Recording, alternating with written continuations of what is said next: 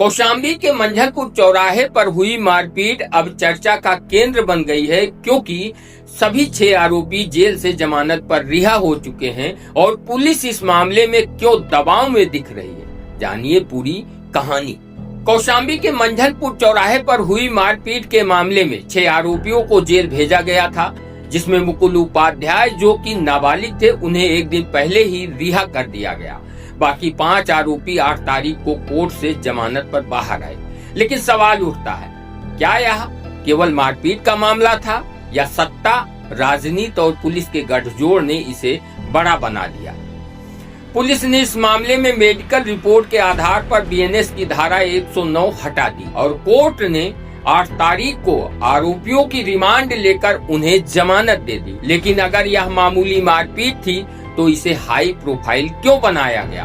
क्यों नाबालिग को भी नहीं छोड़ा गया? और क्यों कानून की धज्जियां उन्हीं लोगों ने उड़ाई जिन्हें कानून का पालन करना था? कुछ आरोपी तो मारपीट में शामिल भी नहीं थे। उनका कसूर सिर्फ इतना था, जब उन्हें पता चला कि वेद पांडे को पुलिस ने गिरफ्तार किया तो वे वेद पांडे से मिलने मंझलपुर थाने पहुंच गए और उसके बाद पुलिस ने उन्हें भी आरोपी बनाकर जेल भेज दिया।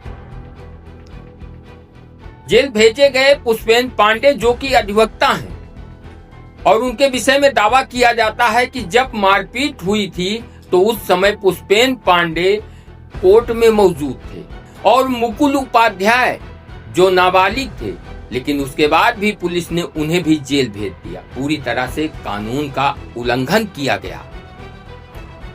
कौशाम्बी के अधिवक्ताओं ने इसका विरोध किया और इस मामले को कौशाम्बी के जिला जज ने संज्ञान लेकर एक न्यायिक जांच टीम गठित की। जिला जज की भूमिका बेहद ही अहम रही इस मामले में, जिसके कारण आज आरोपी जेल की सलाखों से बाहर आ सके।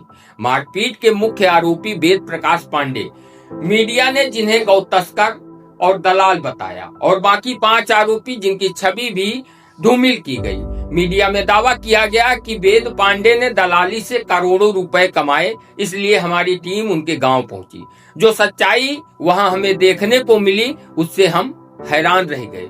हम सोच रहे थे कि उनका घर बहुत आलीशान होगा, महंगे फर्नीचर होंगे, सुख की सारी सुविधाएं मौजूद होंगी, लेकिन जब हम उनके घर पहुंचे तो टूटे फूटे मकान को देखकर हैरानी हुई। हमने उनके घर के हर कोने को रिकॉर्ड किया।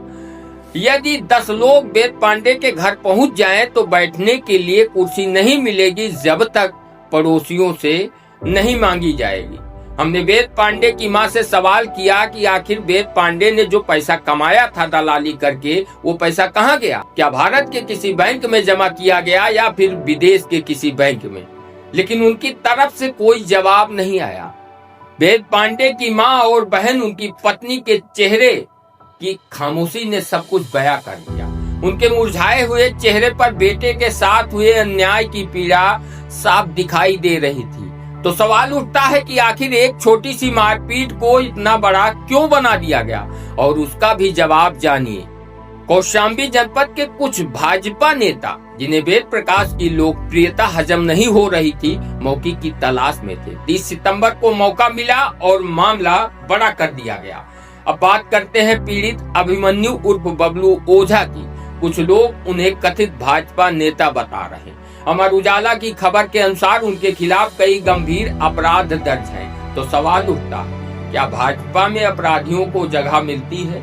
जब योगी आदित्यनाथ अपराध मुक्त उत्तर प्रदेश होने का दावा करते हैं तो उनके इस दावे पर प्रश्न चिन्ह खड़ा होता है।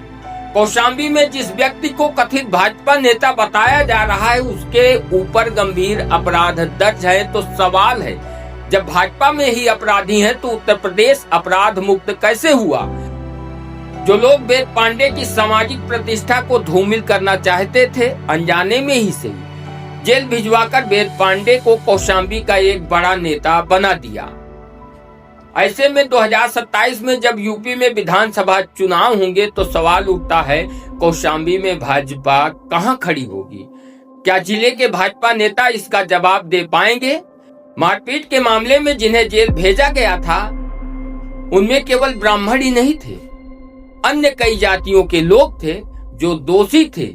उनके खिलाफ कानून के अनुसार कार्रवाई होनी चाहिए थी, लेकिन सत्ता के दबाव में पुलिस ने कानून का पूरी तरह से उल्लंघन किया।